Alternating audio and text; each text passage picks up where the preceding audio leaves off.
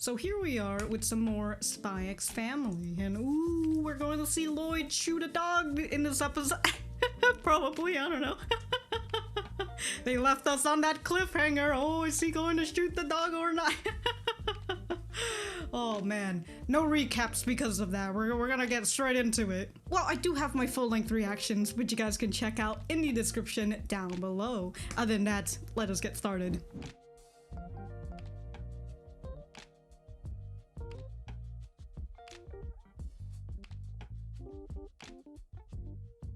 Alright, so that was episode 15, I think, of Spy X Family. Let me know what you guys think about it in the comments down below.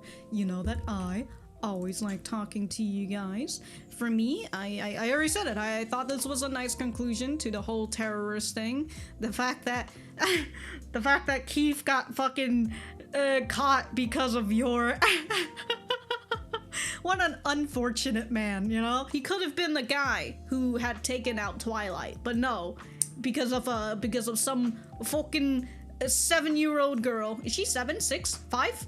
Somewhere around there, you know, some girl in their single digit with a fucking doggo who's able to look into the future, foiled his plan. And then he had to go on this desperate run to go after Lloyd, who he thought was the minister. And then just as he was trying to escape, he encounters Yor, of all people. Oh, Keith, that poor boy. And I really like the characterization that we've got from Sylvia during this arc. I really enjoyed it. I absolutely love... I love Sylvia. What a nice character she is. You can see that she definitely does care about what she's doing in her job in terms of like trying to keep the peace and not try to have like another fucking war, as you can see with her disciplining the college kids, who I assume she didn't kill. You know, she probably was just intimidating them. I don't think she's going to just straight up murder them. And if she does, we would have seen the body. I'm just saying. You can't leave things to interpretation, because the interpretations will always be, they're probably alive. If we don't see their body, they're probably alive. So she was just doing a really good intimidation job for these, for those college kids. And it was really nice. And how I said, you know, how it feels like she was talking about something very personal. And then here she was again when she was talking to Anya, you know, the way that she just softens up for her. And you can just even see in her eyes, and I love it. And then the fact that she goes and she says, yeah, I used to have a daughter like her. And it just makes me think about her speech in the previous episode when she was talking about war, and it's just like, ooh, you know, like what happened to her daughter? It's just, ooh, my goodness. But I also like that bond that Sylvia and Lloyd have. You know, they're both on the same mission, and it seems like they've both experienced something bad from the war, whatever the war was.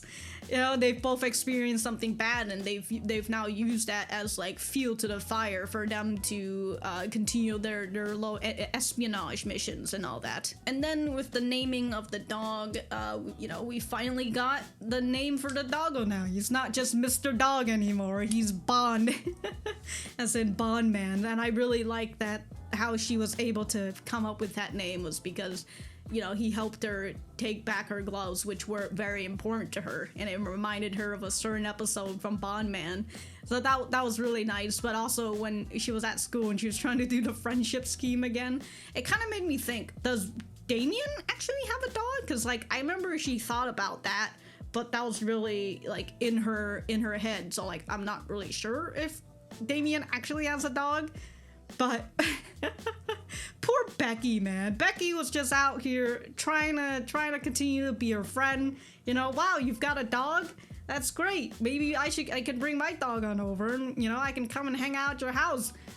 Just got absolutely abandoned by Anya, because Anya's just over here like, okay, the plan is working on my friend, so I'm gonna go talk to Damien, who is technically still a stranger to me.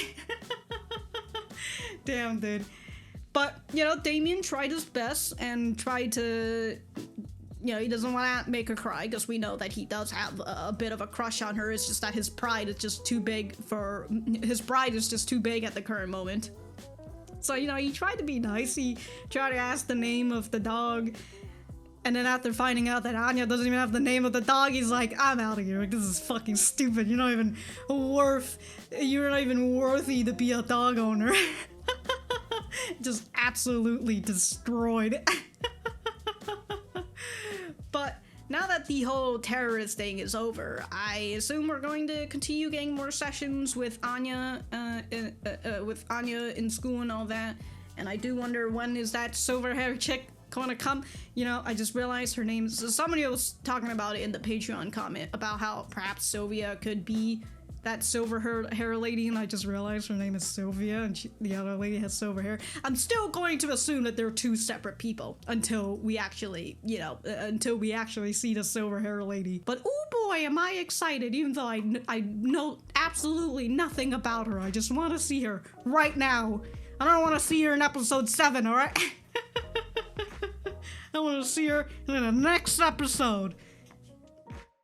Probably not, but I'll be excited to see where we're going next. I feel like this is where we sorta, I sorta stopped reading the manga, or at the very least where the most that I remember about the manga. But like everything has been new to me anyways, even if I've read the manga. It's been like fucking 2 to 4 years since I read it, so, you know, I literally cannot remember anything. Also, that nice little tender moment with the dog when he was finally in the house, and that vision that he saw with Anya, Lloyd, and Yor, you know, that vision that he saw that from like the flashback that we were getting through as well, it kind of feels like that was just this hope that he had for such a long time, because he's lived in the fucking lab. We saw how they treated him. They were going through like electroshock, giving him horrible food, and you know, just treating him badly. They did not care if he died or not, because they had several dogs left, you know? So it's just a nice, tender, sad moment, just knowing that, again, potentially that vision that he has, knowing that eventually, after all the suffering that he has, he is going to go into a loving family. It just tears me up, man.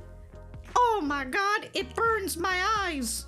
Oh my goodness, but now Doggo is in a good family, and hopefully they don't break apart, you know? But also, they say that he's in like his final years too, like, or at the very least, you know, he's somewhere in his, and he's a big dog, so he only lived for like, I don't know, maybe 13 years at best, because like big dogs tend to die at like 10 or 11 or 12 or something, you know, because of like additional health problems and all that. Meanwhile, smaller dogs, you know, like fucking chihuahuas, they can live for like 20 plus years. It's not fair, I tell you, it's not fair. But just knowing that he is like an older dog, you know, perhaps he is sort of teetering on like elderly if he isn't already an elderly dog, and knowing that these are like perhaps he's his Twilight years. I just realized.